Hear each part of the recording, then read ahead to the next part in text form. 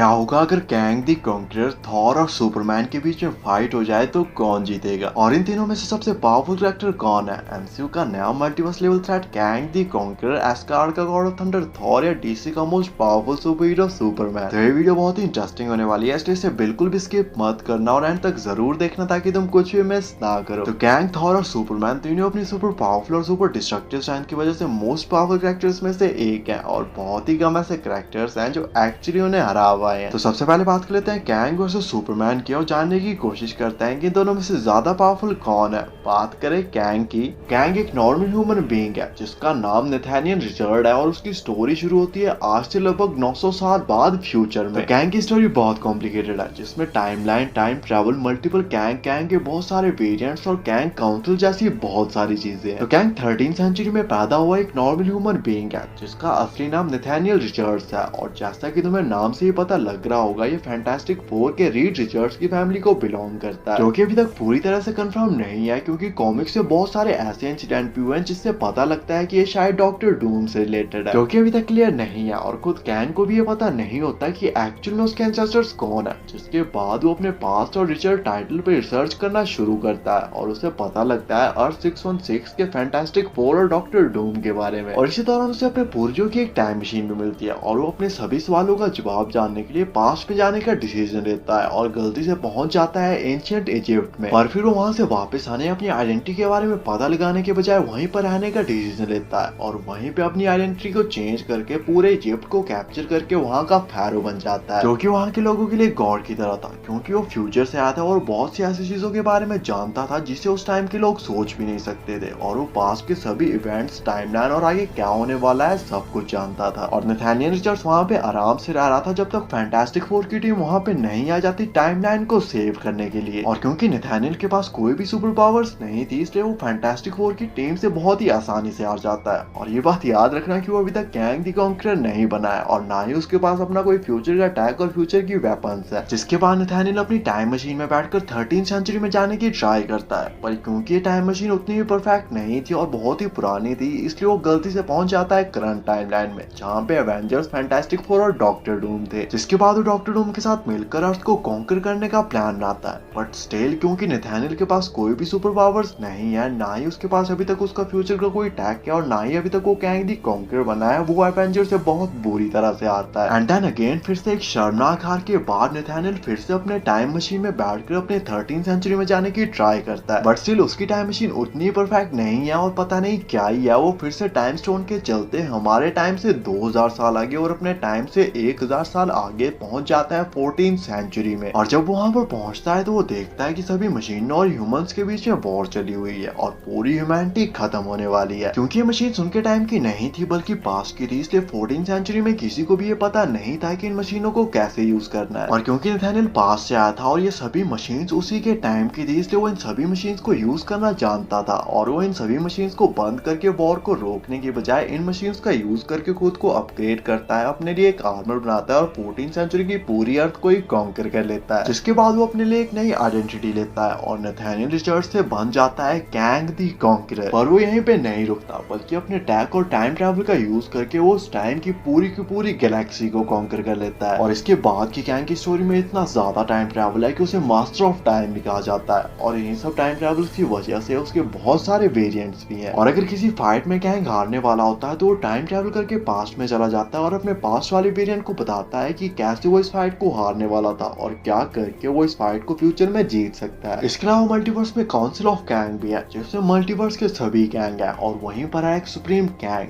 जिसका main motive सभी time के सभी यूनिवर्सेस को कॉन्कर करना है। बात करें कैंग के पावर्स की तो कैंग एक नॉर्मल ह्यूमन बीइंग है जिसके पास कोई भी सुपर पावर नहीं है और वो बस जीनियस लेवल इंटेलिजेंट और हैंड टू हैंड कॉम्बैट का मास्टर है। और कैंग की सबसे बड़ी वेपन और पावर है उसका टाइम ट्रैवल और उसका आर्मर, जो कि उसे Superman strength, speed, stamina, durability और टाइम ट्रैवल जैसी एबिलिटीज देता है। और उसने इमरजेंसी सिचुएशन के लिए अपने कुछ क्लोन्स भी बना के रखे हैं जो कि फिलहाल तो अनकॉन्शियस है, पर मल्टीवर्स के अगर किसी भी सिनेरियो में कैंग मरने वाला होता है तो उसके आर्मर के अंदर की एक डिवाइस उसकी कॉन्शियसनेस को उन क्लोन्स में शिफ्ट कर देती है, जो कि किसी दूसरी टाइमलाइन में सेफ लोकेशन पे होते हैं। और ये एबिलिटी कैंग को ऑलमोस्ट इमॉर्टल बना देती है। तो ये थी कैंग की पावर्स। और कैंग की पावर्स को अच्छे से जान लेने के बाद अब बात कर लेते हैं सुपरमैन की और जानने की कोशिश करते हैं कि आखिर डीसी का सुपरमैन सुपरमैन कितना पावरफुल है। तो सुपरमैन डीसी यूनिवर्स का मोस्ट पावरफुल सुपर हीरो है, लेकिन जब क्रिप्टॉन डिस्ट्रॉय होने वाला होता है तो उसके पेरेंट्स उसको धरती पर भेज देते हैं ताकि वो जिंदा रहकर सर्वाइव कर सके। बात करें पावर्स की तो सुपरमैन के पास Superman strength, speed, stamina, durability, heat vision और फ्लाई जैसी पावर्स हैं। सुपरमैन बहुत ही पावरफुल कैरेक्टर है जिसकी एज बहुत ही स्लोली बढ़ती है और थॉर की तरह जैसे जैसे उसकी एज बढ़ती जा रही है वैसे वैसे वो और भी ज्यादा पावरफुल बनता जा रहा है। सुपरमैन साउंड बैरियर से भी ज्यादा तेज मूव कर सकते हैं, ऑलमोस्ट फ्लैश के बराबर ही फास्ट है, जिसे हम जस्टिस लीग में देख भी चुके हैं। सुपरमैन अपनी आंखों से डेडली लेजर लाइट छोड़ सकता है, किसी भी चीज के आर पार देख सकते हैं और बहुत दूर से आ रही आवाज को भी क्लियरली सुन सकता है। सुपरमैन स्पेस में विदाउट ऑक्सीजन के भी सांस ले सकता है और सुपर ब्रेथ का भी यूज कर सकता है, जिसका यूज करके वो किसी भी चीज को बर्फ में बदलकर बहुत ही आसानी से तोड़ सकता है। सुपरमैन सन के कोर की गर्मी को भी सर्वाइव कर सकता है और स्ट्रॉन्ग से स्ट्रॉन्ग अटैक और बड़े से बड़ा न्यूक्लियर बॉम्ब भी उसका कुछ नहीं बिगाड़ सकते। तो ये थी सुपरमैन की पावर्स, और सुपरमैन और कैंग की पावर्स को अच्छे से जान लेने के बाद अब बात कर लेते हैं फाइट कंपैरिजन की और जानने की कोशिश करते हैं कि इन दोनों में से ज्यादा स्ट्रॉन्ग कौन है और फाइट होने पर कौन जीतेगा। तो कैंग बहुत ही पावरफुल कैरेक्टर है जो कि फ्यूचर से आया हुआ एक नॉर्मल ह्यूमन बीइंग है, जिसने अपने टाइम ट्रैवल और फ्यूचर की एडवांस वेपन का यूज करके बहुत सारे प्लैनेट्स और गैलेक्सियों तक को कॉन्कर किया है। दूसरी तरफ सुपरमैन डीसी यूनिवर्स का मोस्ट पावरफुल सुपर हीरो है जिसकी पावर्स हमारे इंडिया के जादू से इंस्पायर्ड है। बस फर्क इतना है कि जादू को अपनी पावर्स को यूज करने के लिए धूप की जरूरत होती है, जबकि शायद सुपरमैन के अंदर बहुत ही स्ट्रॉन्ग और पावरफुल बैटरी है जो कि एक बार चार्ज हो जाने के बाद सुपरमैन को रात में भी फाइट करने के लिए इनफ एनर्जी प्रोवाइड करती है। कैंग के पास अपना फ्यूचर का एडवांस टैक और फ्यूचर की एडवांस डेडली वेपन्स है, पर सुपरमैन बहुत ही ज्यादा ड्यूरेबल है और बड़े से बड़ा न्यूक्लियर बॉम्ब भी उसका कुछ नहीं बिगाड़ सकता, इसलिए सुपरमैन पर कैंग की किसी भी वेपन का कोई भी असर नहीं होगा। जबकि सुपरमैन अपनी आंखों से लेजर लाइट छोड़ सकता है जो कि एक ही सेकंड में कैंग और उसके आर्मर को डिस्ट्रॉय कर सकते हैं। कैंग के पास उसका फ्यूचर का अटैक और एडवांस वेपन्स तो हैं, पर फिर भी वो फ्यूचर से आया हुआ एक नॉर्मल ह्यूमन बीइंग है जो कि सुपरमैन के एक सुपर पावरफुल पंच को भी सर्वाइव नहीं कर पाएगा। पर कैंग का सूट जैसे ही कैंग मरने वाला होता है उसकी कॉन्शियसनेस को उसकी दूसरी बॉडी में शिफ्ट कर देता है, इसलिए एटलीस्ट फाइट होने पर कैंग इसमें नहीं मरेगा। पर फिर भी सुपरमैन जो उसके सामने बॉडी होगी कैंग की उस बॉडी को डिस्ट्रॉय करके इस फाइट को इजीली जीत लेगा। और वैसे भी जो एंटमैन 3 में एंटमैन से हारने वाला है उसको तुम सुपरमैन से क्या ही कंपेयर करोगे। हाँ, एक पॉसिबिलिटी ये हो सकती है कि कैंग टाइम ट्रैवल करके पास में जाए और सुपरमैन को पैदा होते ही मार दे, या सुपरमैन की शिप को डिस्ट्रॉय कर दे जब उसके पेरेंट्स उसे अर्थ पर भेज रहे थे।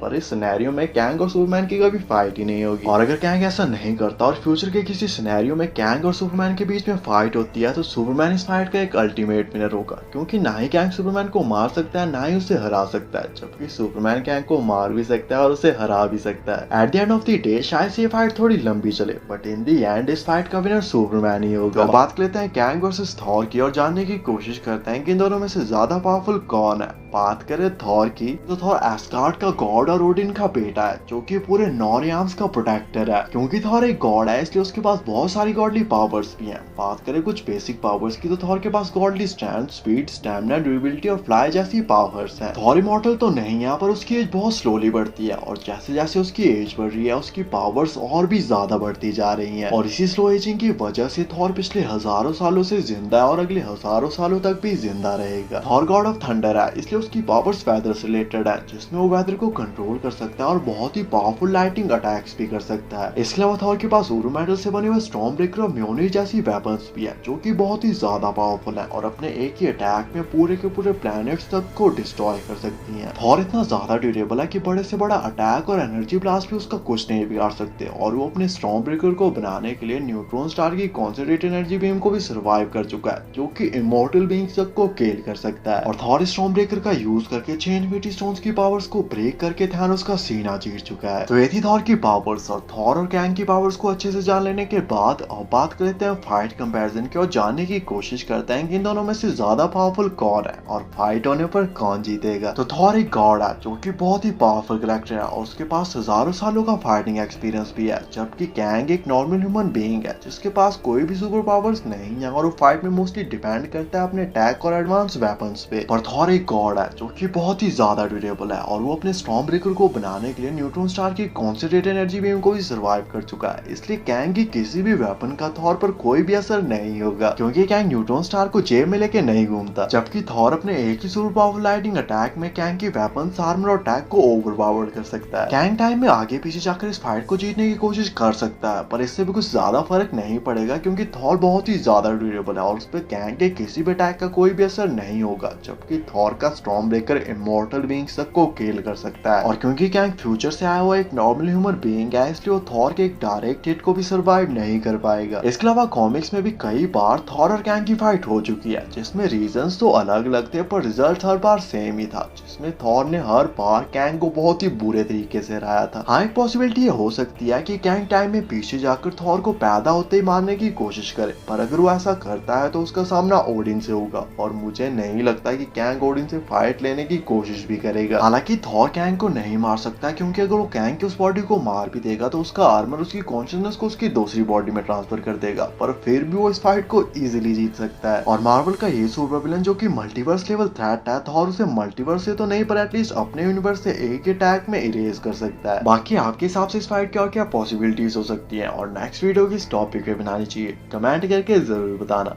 ऐसी अमेजिंग वीडियोस के लिए चैनल को सब्सक्राइब कर देना एंड थैंक्स फॉर वॉचिंग।